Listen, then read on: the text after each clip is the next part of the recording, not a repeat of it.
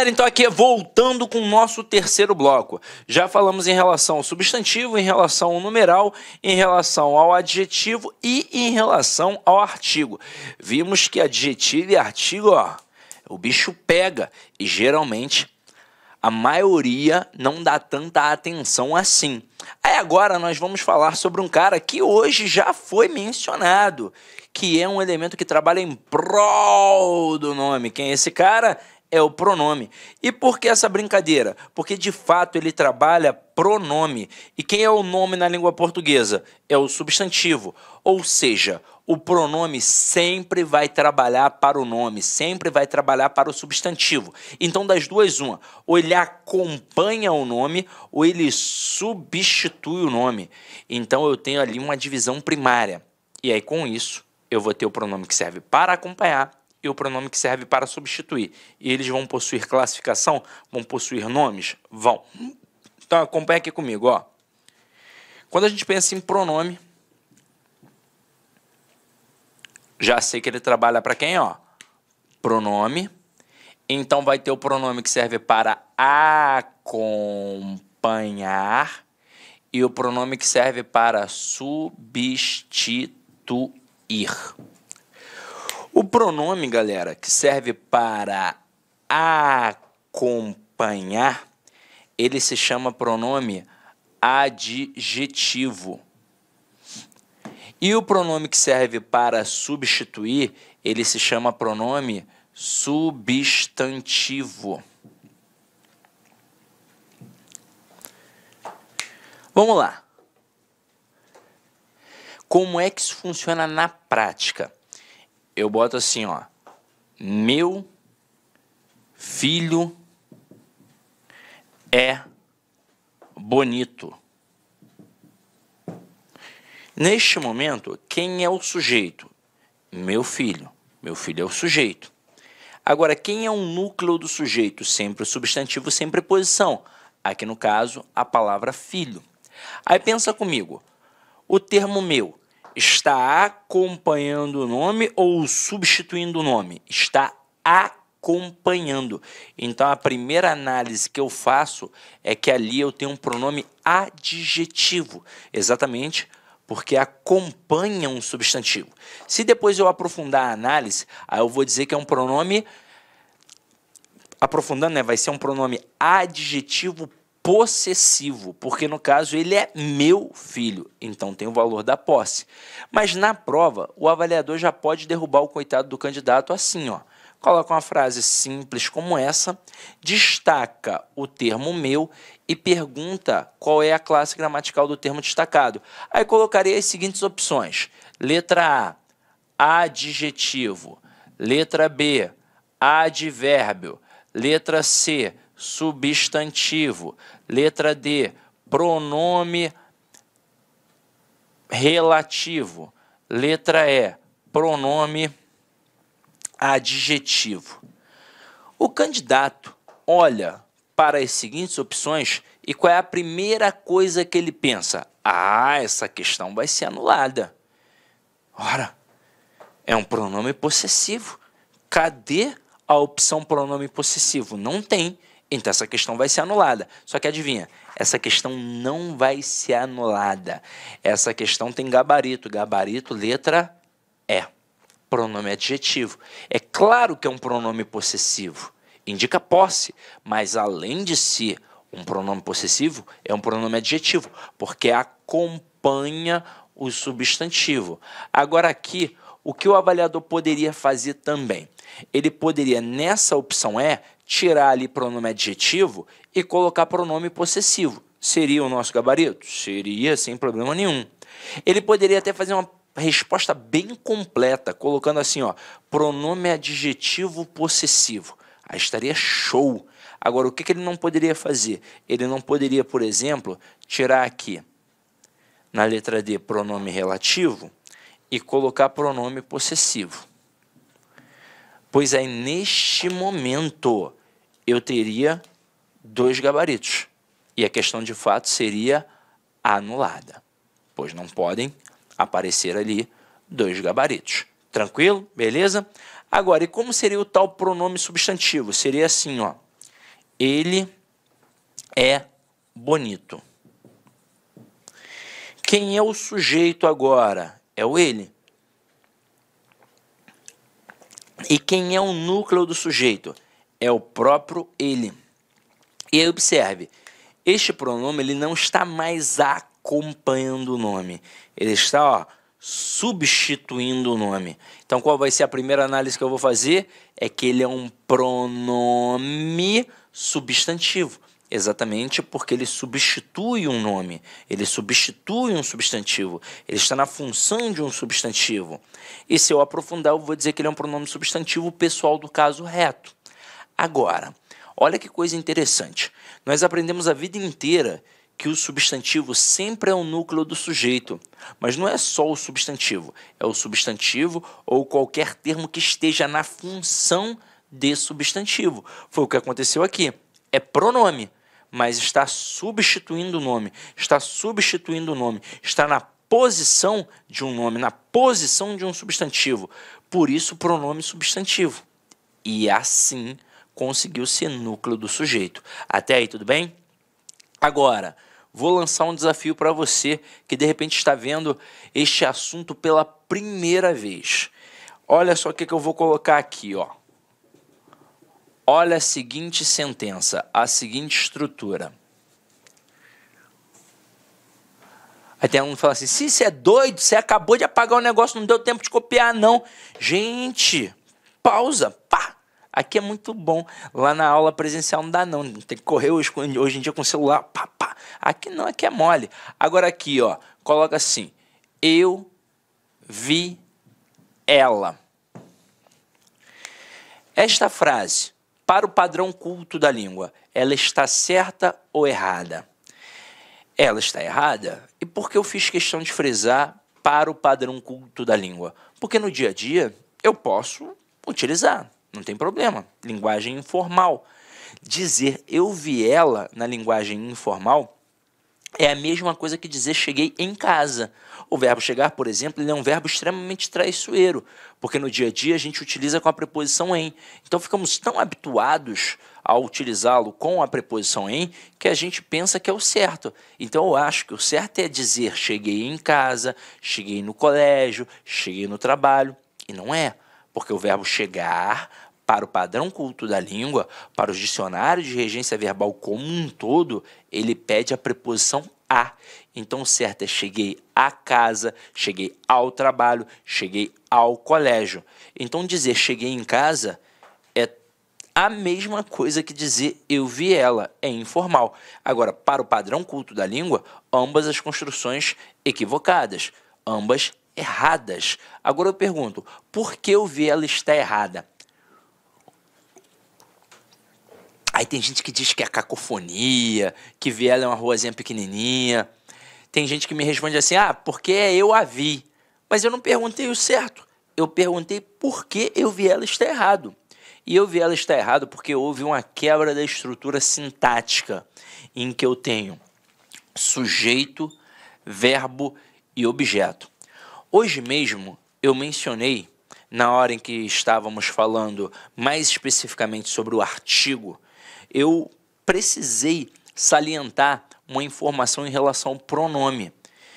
Que o pronome pessoal, que foi, diga-se de passagem, o primeiro pronome que você aprendeu na vida, e como eu consigo afirmar que foi o primeiro pronome que você aprendeu na vida? Porque ele era o pronome que marcava as pessoas no discurso. Com quem fala, com quem se fala e de quem se fala. Então, ele era o cara que marcava isso. Então, num primeiro momento, eu tive que dividir em pronome pessoal do caso reto e pronome pessoal oblíquo. Aí, como eu já disse, pronome pessoal do caso reto sempre na função de sujeito, pronome pessoal oblíquo sempre na função de objeto. Então, aqui, quando eu olho eu vi ela, o eu está na função de quê? De sujeito. Então, tudo ok. Mas e o ela? Está na função de objeto. Aqui eu até te adianto, ó, o verbo ver é um verbo transitivo direto. Quem vê, vê alguma coisa. E o ela aqui está na posição de objeto direto. E não pode. Aí tem aluno que fala assim para mim, mas Sidney, peraí. Quando eu digo dei flores a ela, quem dá alguma coisa a alguém. Então, ó, o verbo é transitivo direto e indireto. Flores é objeto direto. E o a ela é um objeto indireto. Então, como é que o ela está na posição de um objeto indireto se eu não posso ter um pronome pessoal do caso reto na posição de um objeto? É porque ali ele não é um pronome pessoal do caso reto. Quando eu tenho um pronome pessoal oblíquo, eu tenho um pronome pessoal oblíquo átono e eu tenho um pronome pessoal oblíquo tônico. Os termos ela, ele, nós, vós, quando preposicionados, no caso, dei flores a ela, eles se transformam em pronomes pessoais oblíquos tônicos. Tanto que os únicos pronomes que somente podem assumir a função de sujeito sempre, até porque somente são os únicos que sempre serão pronomes pessoais do caso reto, são os pronomes eu e tu. Tanto que vem daí a premissa que eu não posso dizer que esta conversa é entre eu e tu, já que tem ali a preposição. E como é núcleo de sujeito, eu e tu, eles jamais podem ser preposicionados numa situação como esta. Aí vem a forma correta e eu digo que esta conversa é entre mim e ti. Então eu não posso dizer que a conversa é entre eu e você, ou entre você e eu. Eu tenho que dizer que a conversa é entre mim e você, ou então que é entre você e mim. É assim que funciona, porque o eu e o tu são os verdadeiros sempre pronomes pessoais do caso reto. Agora, vindo aqui, o eu e o vi, ok. O ela, não está ok. Aí o que eu vou fazer? Eu vou trocar por um pronome oblíquo equivalente. No caso, o a, já que aqui é feminino singular. Então ficaria assim, ó.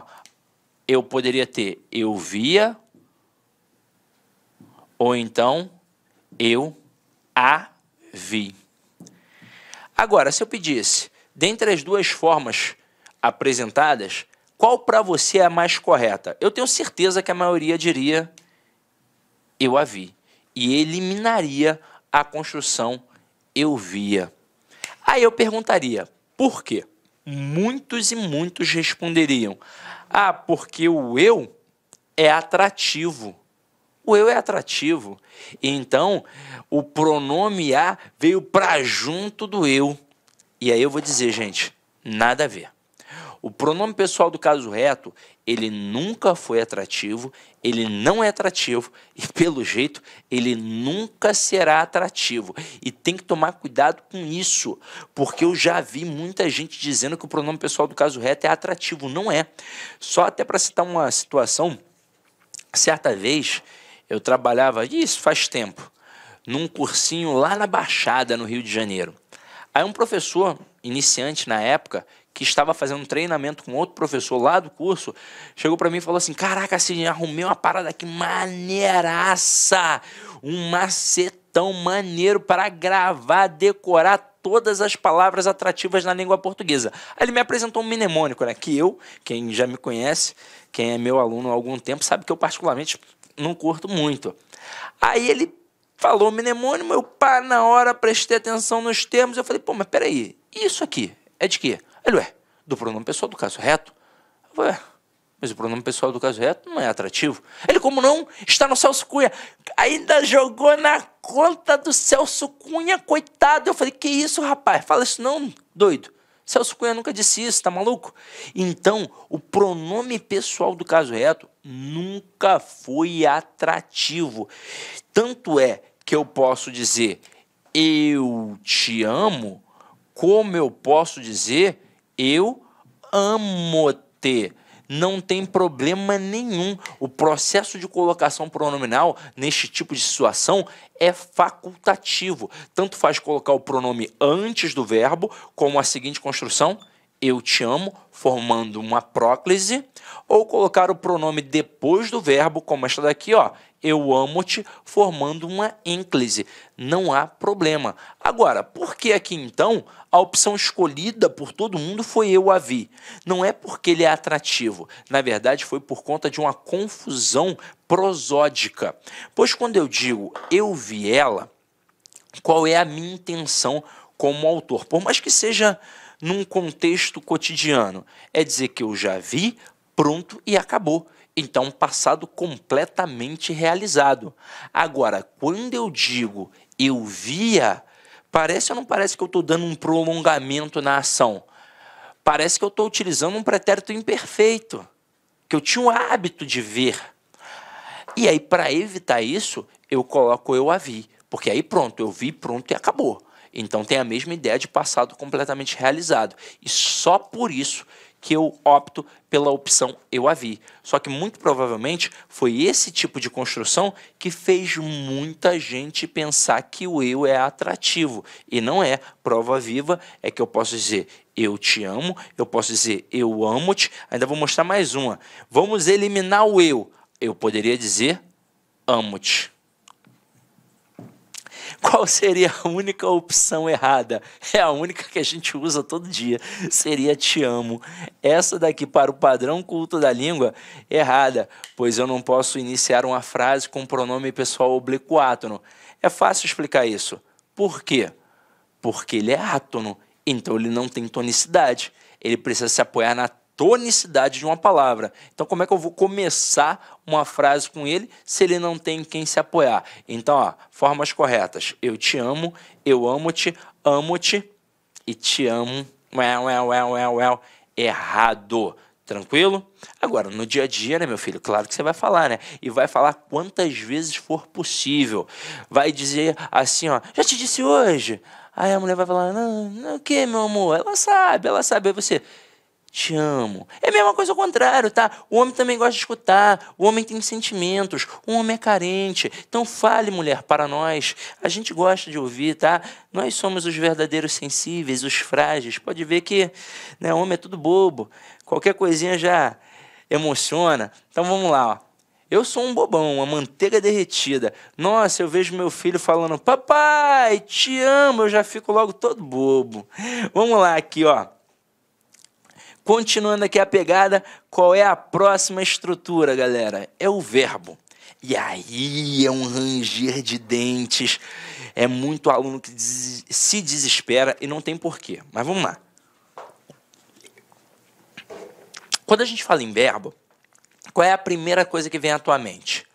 Ação. De fato, o verbo denota ação. Só que o verbo ele não expressa apenas ação. Ele também é responsável para mostrar as relações de estado, qualidade, atributo, característica. E ele ainda assim é capaz de me mostrar os fenômenos da natureza. Então o verbo faz isso. Ele indica ação, estado e fenômeno. Mas, para ser um verbo, não basta indicar ação, estado e fenômeno. Tem que ser de acordo com a perspectiva temporal. Ou seja, tem que indicar passado, presente e futuro. Pois se não tiver isso, pode ser qualquer outra coisa, menos verbo. Então, por exemplo, eu poderia dizer que a plantação de algodão ocorrerá daqui a 3 semanas. A palavra plantação é indicação, pois é o ato de plantar. Então, ali é um verbo? Não, ali é um substantivo abstrato. Estado. Eu posso dizer que os alunos do LAC Concursos são extremamente estudiosos. Estudiosos é um estado, mas é verbo? Não. Na frase é um adjetivo. Eu posso dizer que a chuva caiu torrencialmente no estado do Rio de Janeiro. A palavra chuva indica um fenômeno da natureza, mas por um acaso é verbo aí? Não, é um substantivo. Então, para ser verbo, além de indicar ação, estado e fenômeno, tem que ter uma perspectiva temporal, ou seja, tem que mostrar um passado, um presente e um futuro. Agora, o verbo é muito importante por isso? Não, na verdade, o verbo é muito importante porque é responsável por um processo. Que processo é esse? O processo do sistema SVC. E o que é isso, Sidney? É o principal sistema linguístico na língua portuguesa, em que eu tenho sujeito, verbo e complemento. E por que ele é o cara? Porque ele simplesmente me mostra quem é ele próprio, me mostra quem é o sujeito e me mostra quem é o complemento. No final das contas, o verbo me dá simplesmente todos os termos da oração. Quem é sujeito, quem é predicado, quem é objeto direto, adjunto adverbial e por aí vai. Então ele é sinistro mesmo. Só que nesse momento, nós não vamos falar sobre o verbo em seu aspecto sintático. A gente vai deixar isso para a aula de transitividade e, na sequência, obviamente, todas as formas de análise sintática, com a regência, com a crase, com a concordância e por aí vai. Agora, eu estou interessado no seu aspecto morfológico e, principalmente, nas desinências verbais. E quando eu falo em desinência verbal, eu tenho a desinência modo temporal e a desinência número pessoal. E é por isso que o verbo é a classe mais variável de todas, porque ela varia em número, pessoa, modo e tempo. Número e pessoa, vocês vão ver, é tranquilão, tranquilão. Agora, modo e tempo, aí o bicho pega. Mas vamos lá, vamos construir esse conhecimento com calma. Primeiro, começando pelo número, galera. A gente já sabe porque a gente já viu isso no artigo. Quando eu falo em número, eu quero saber apenas se é singular ou plural. Agora, e quando eu falo em pessoa? São as famosas pessoas no discurso. Quando eu tenho um ato de fala, um ato de comunicação, obrigatoriamente tem que ter duas coisas. Quem fala e com quem se fala. Mas num ato de fala pleno, eu posso ter quem fala, com quem se fala e de quem se fala. Então, eu tenho três possíveis pessoas no discurso. Só que eu posso ter três pessoas no singular, mas também posso ter três pessoas no plural. Só que isso é fácil, a gente domina. Olha só, eu tenho aqui, ó, três no singular, três no plural. Quem é a primeira pessoa do singular? Eu. Quem é a segunda? Tu. Quem é a terceira? Ele ou ela. Agora, quem é a primeira pessoa do plural? Nós. Quem é a segunda? Vós. Quem é a terceira? Eles ou elas. Eles ou elas. Isso aqui é molezinha. Agora ali, ó, realmente fica difícil. E vamos com calma, ó. Deixa eu apagar aqui, ó.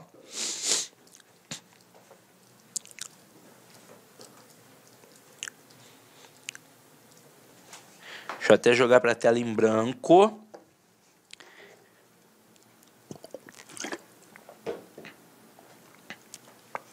Quando eu falo em modo, gente, na língua portuguesa, primeira coisa é saber para que serve um modo. Ele serve para indicar a atitude na construção. E eu tenho três tipos de modos verbais. Eu tenho o que eu chamo de modo indicativo, o que eu chamo de modo subjuntivo e o que eu chamo de modo imperativo. É o que eu tenho. Para nossa sorte, a estrutura me dá mais ou menos uma noção do conceito que a gente vai trabalhar. Então, o modo indicativo, ele serve para indicar um fato, aquilo que é certo, aquilo que é real. Então, trabalha uma atitude realista. E o subjuntivo, ele trabalha na contrapartida em relação ao indicativo. Se o indicativo trabalha aquilo que é certo, o subjuntivo trabalha aquilo que é incerto. Se o indicativo trabalha aquilo que é real, o subjuntivo trabalha aquilo que é uma possibilidade. Então, na verdade, o subjuntivo trabalha no campo das hipóteses. Ele trabalha demonstrando ali uma atitude hipotética.